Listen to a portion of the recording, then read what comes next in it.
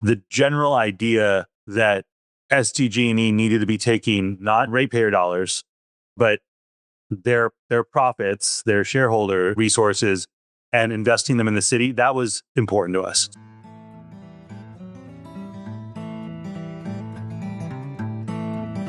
Hundreds of U.S. cities have utility franchise contracts that govern the utility's relationship with the city. But as far as I know, San Diego is the only one to have secured funding from utility shareholders to meet local priorities like providing solar to low-income residents. Joining me in January 2026, San Diego City Council member Sean Elo Rivera explained how they won a major concession in the city's latest franchise negotiations, and he explained the importance of cities preparing well to negotiate these infrequently renewed contracts with large corporate utilities. I'm John Farrell, Director of the Energy Democracy Initiative at the Institute for Local Self-Reliance, and this is Local Energy Rules, a podcast about monopoly power, energy democracy, and how communities can take charge to transform the energy system. Councilman Elo Rivera, thank you so much for joining me on Local Energy Rules. Thank you for having me. I love to start off by just asking people how they get involved in what are often sort of weedy topics that they come on this podcast to talk about. So I was kind of curious what drew you to it in your role on City Council and whether or not energy was an issue that you came to the council interested in working on. Yeah, I came to the City Council by way of my work in the community. Immediately prior to being elected, I ran a nonprofit where I worked with young people to organize and advocate for changes that they wanted to see in their community. Prior to that, I worked at a nonprofit, a neighborhood-based nonprofit, where again worked with community members to organize and advocate for changes that they wanted to see in their community. I was inspired to run for a position on the San Diego Community College Board of Trustees, doing that community work, registering students to vote, have their voices be more heard and represented at the community college district.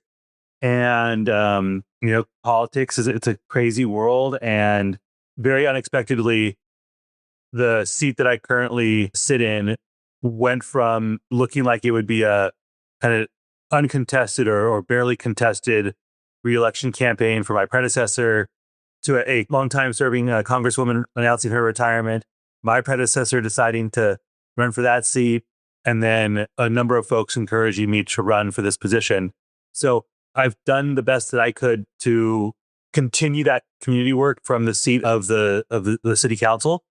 And in terms of energy, one of the things that we talked about very explicitly in our first run for office and in re-election, it was about a clean and healthy environment for everyone in all neighborhoods. I represent the most diverse part of San Diego, and I mean that in like kind of every sense of the word: race, religion, national origin, immigration status, socioeconomic status. All of those things are very diverse within my community, but there are some things that are maybe not universal, but close to universal desires for folks. And one of those is to have a clean and healthy environment that they live in. And we know that where we get our energy from and how we power things plays a very important role in the health of our communities and the long-term well-being of not just the city of San Diego or the state of California, but the planet as a whole.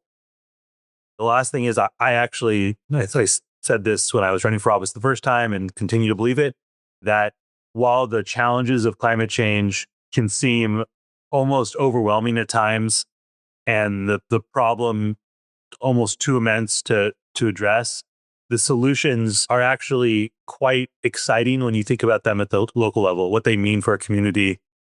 The cleaner air, the lower utility bills, the good jobs that can come from that. And I think that part about being able to kind of envision what the world looks like if we are successful in procuring and producing more clean energy and putting that into the hands of everyday people, that's very exciting to me. I love the background and the way that you connected in like the community and the youth and to your interest here. And I especially like the way that you gave that context of like, it's exciting to think about what we can do at the local level to fight climate change.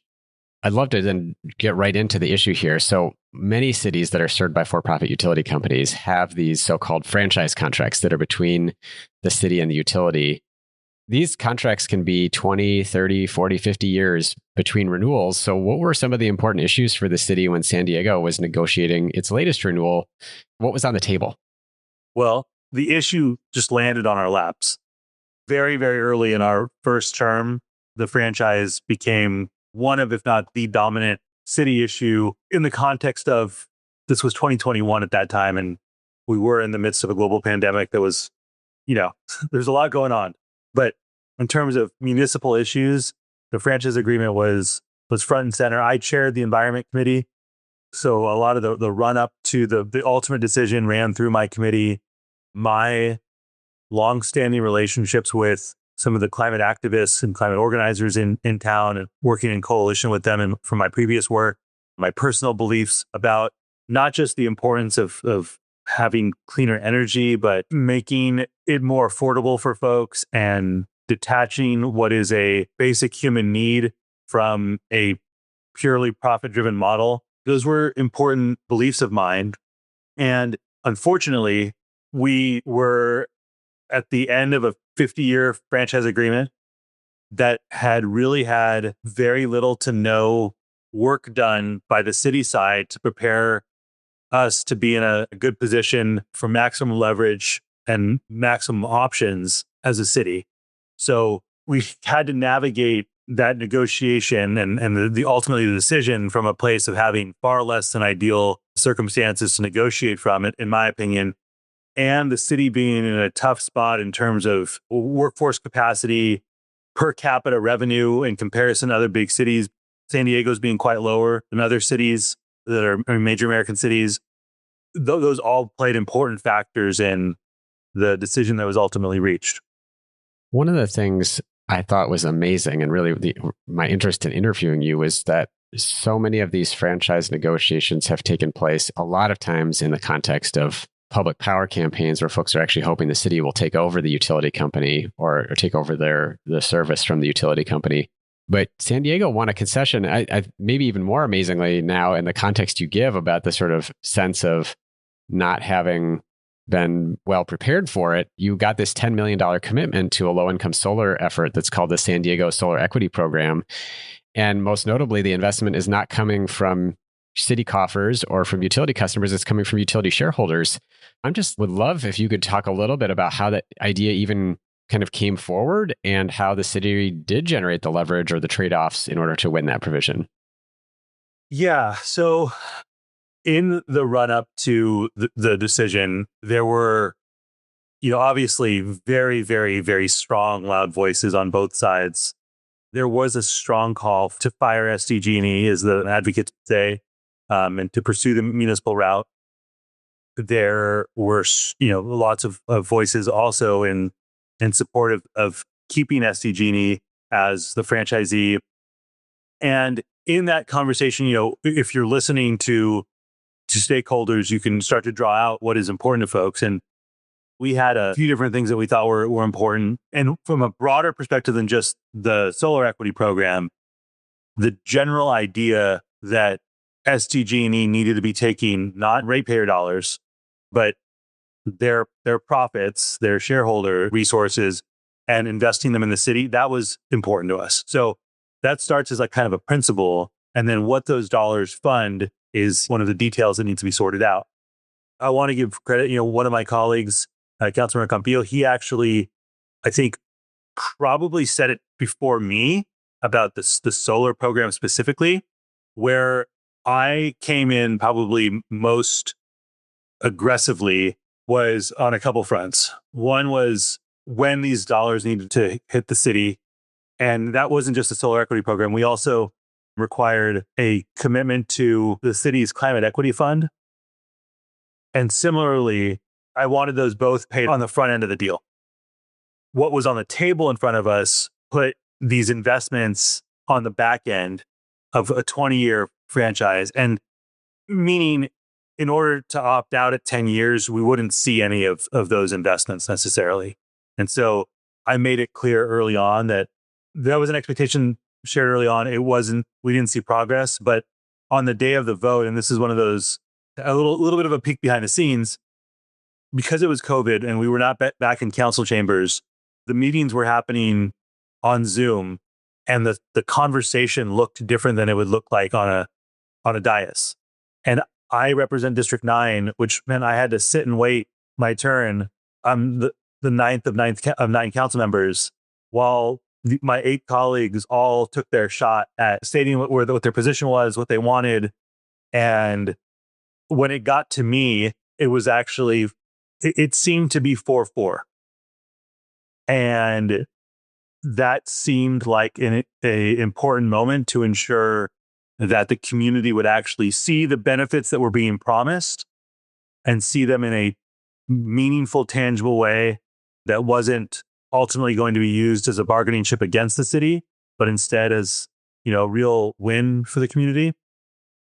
And certainly the solar equity program is an important part of that. This is a way of creating an opportunity for everyday people to secure the solar energy that they may very well otherwise not be able to afford, that would have a tangible benefit on their lives. And again, that climate equity fund was super, super important to us as well, because those dollars result in investments in communities that are most vulnerable to climate change and have historically been under-resourced. And we were able to push that money forward and ensure that it gets into the hands of the community without it coming from the ratepayers who can't afford to pay more than they already are. Yeah. How much money did the utility put in the climate equity plan? I wasn't aware that there was a second program that they were funding. That number's going to come back to me. Yeah. No worries. We can circle back. Let me just ask you about the solar equity program.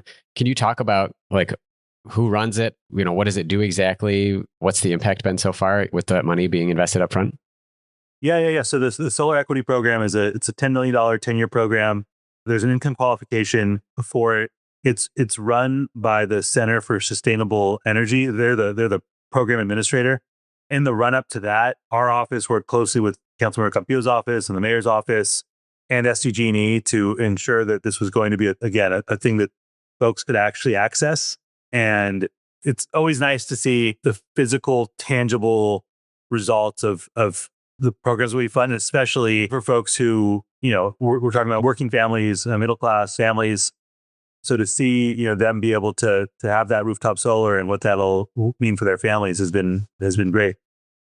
Do you have off the top of your head, sorry to put you on the spot with asking about a number, but how many folks have been able to benefit from it so far already? I don't know that number off the top of my head. Funny enough, you asked me that. And so the other number, there was 20 million for the climate equity fund. So I remember that one. And apologies for not remembering the number of folks who participated in the program. We're going to keep looking. We know that in the second year of the program, there was 38 projects, average incentive being $25,000 with a $960,000 value to homeowners, upfront value. And about 90% of those folks were under 80% or less of the area median income. We're going to take a short break. When we come back, I asked Councilmember Elo Rivera what else felt like a big part of the franchise negotiations for the city and what advice he has for other cities and his successor city council members in preparing for future negotiations. You're listening to a Local Energy Rules podcast with City Councilmember Sean Elo Rivera from San Diego's Ward 9. Hey, thanks for listening to Local Energy Rules. We're so glad you're here. If you like what you've heard, please help other folks find us by giving the show a rating and review on Apple Podcasts or Spotify. 5 stars if you think we've earned it. As a bonus, I'll gladly read your review aloud on the show if it includes an energy-related joke or pun. Now, back to the program. These are 2, I think, huge wins, and frankly, in the context of other franchise conversations across the country, really historic, because most of them do not have a feature like this of utilities actually putting money into anything, frankly. And utilities often squirm a lot about the idea that they might be asked to do any kind of investment like that. These are obviously very big things. Were there other things that felt like they were a big part of the franchise negotiations? For example, you mentioned this kind of 10-year exit thing, and that actually became important in the negotiation about how the money would be dispersed. But I was curious if there were other important priorities that the city had. So from my perspective, ensuring that the city was going to be in a better position to hold SDG&E accountable was super important. And that accountability comes in different forms. It comes in SDG&E having to show up to council on an annual basis and answer questions and hear from the council and give the public a chance. You know, as I'm sure the folks who listen to this know, the rates themselves, we don't have a say over that as a city council and as a city. And everyday people, they don't know that or care, right? They know that their bill is going up and we're the decision making body that it feels closest to them. By having those conversations and requiring SDG&E to come and meet with the council, I think it makes it more difficult for SDG&E to kind of hide behind the Public Utilities Commission and to avoid public scrutiny. That was very important to us. The time component of this is important as well. You know, making it short enough in duration where we would be able to demand a certain level of service for our residents, a certain level of responsiveness to the concerns they express, whether that's around affordability or safety or anything else. And SCG&E being a better partner to the city was also super important. At the time of the franchise agreement, and this is something that I ultimately wasn't able to get a concession on, there were major disagreements about who would foot the bill for certain infrastructure projects when SCG&E equipment needed to be moved, and there was significant litigation between the two parties. And I was very candid in saying that I didn't think SDG&E was being a good partner to the city, and their willingness to be as litigious as they've been, even as the franchise agreement was coming to an end, was a demonstration of the lack of work the city had done to give ourselves options and prepare for that moment. Outside of the deal itself, one thing that I'd asked for alongside a couple of my colleagues, and we initially got a commitment from the mayor for and some investments via our budget in what we called a energy independence fund, which took some of those franchise payments from SDG&E and put them into paying for a study of municipalization. And the theory back then was to stash away some of the money that would be needed for it to pay an exit fee. So when the time came for the next round of negotiations, included in the considerations for the city council that's here at that time is not a scramble to find the money to pay that exit fee on top of everything else that goes into that. But there's been some saving for that moment. So we've got that commitment. We made those investments the first couple of years. The mayor kind of pulled back that funding as our budget situation's gotten more challenging here at the city. But those were all important factors to us. Again, responsiveness to community members, giving the council a direct line to SDG&E on behalf of the community and alongside the community. And then again, not sitting and waiting for the next round of negotiations, but kind of starting this agreement with the intent of positioning the city as well as possible to have the best options and the most leverage possible when that time comes. So you have like a 10-year opt-out, it sounds like, which I guess would be 2031. If you're still on the council, then what do you have in mind that you want to bring up? Or, what might be a high priority for you in terms of what you want to have on the agenda? Well, I won't be. I will be termed out. It was a very early decision in my time on the council, but a really important one in really needing to sit with one of the most important parts of this job, which is doing what needs to be done over the long term for the city. And oftentimes, that means positioning our successors to be in a better situation than we're in. Even if that means maybe taking a little bit less for ourselves now. And I think this is a really good example of that, because everything that we were asking for is part of the kind of global agreement, right? And the things that we're asking for down the road are things that makes it a little bit more difficult to get things in the now. So we were able to get some things in the now, climate equity fund, the solar equity program, but there are other things that I would have loved to see. When that time comes, though, the intent is for San Diego to be better positioned to demand more affordability, cleaner energy.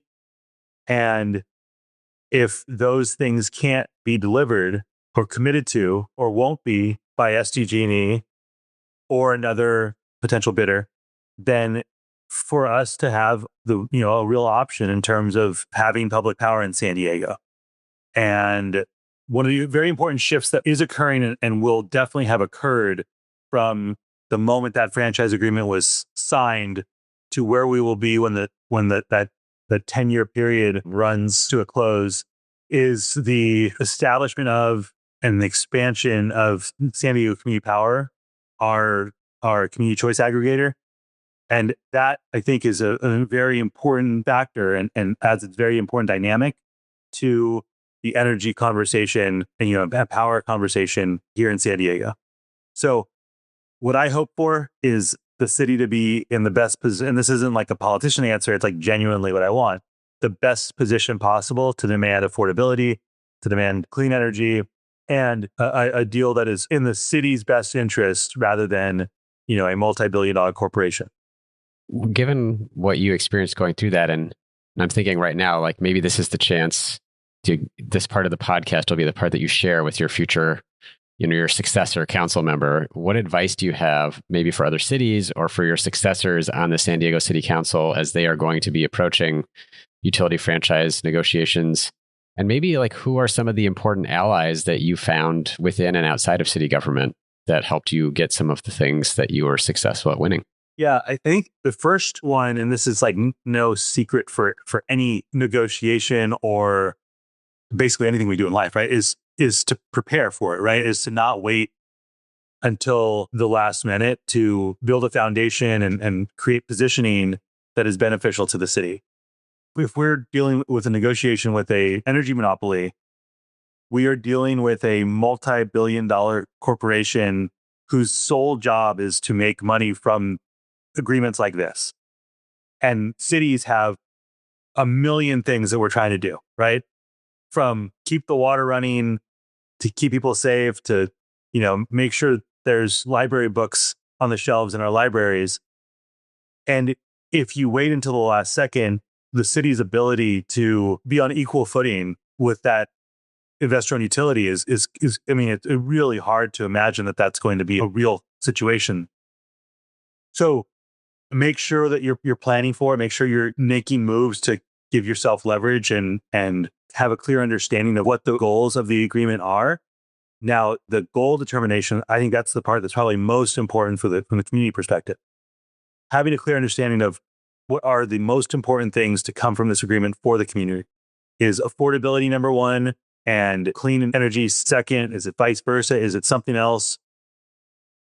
Because once those priorities are established, that is the thing to lean into during those negotiations. And everything that you're doing to build leverage and create better positioning is with the intent of securing those wins for the community.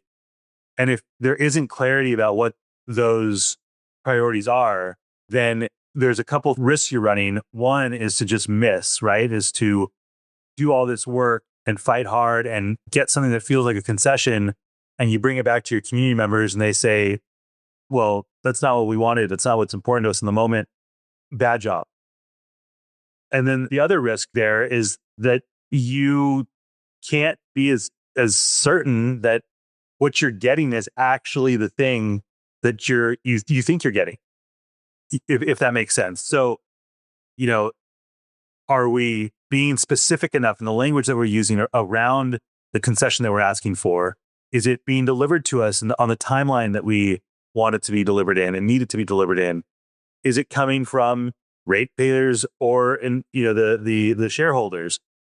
All of those details, I think, are incredibly important. And unless you're doing that pre-work, again, around positioning and leverage building and communication with the community, you're running the risk of missing. Well, Councilmember Eloy Rivera, thank you so much for joining me to talk about your terrific work on the franchise in San Diego.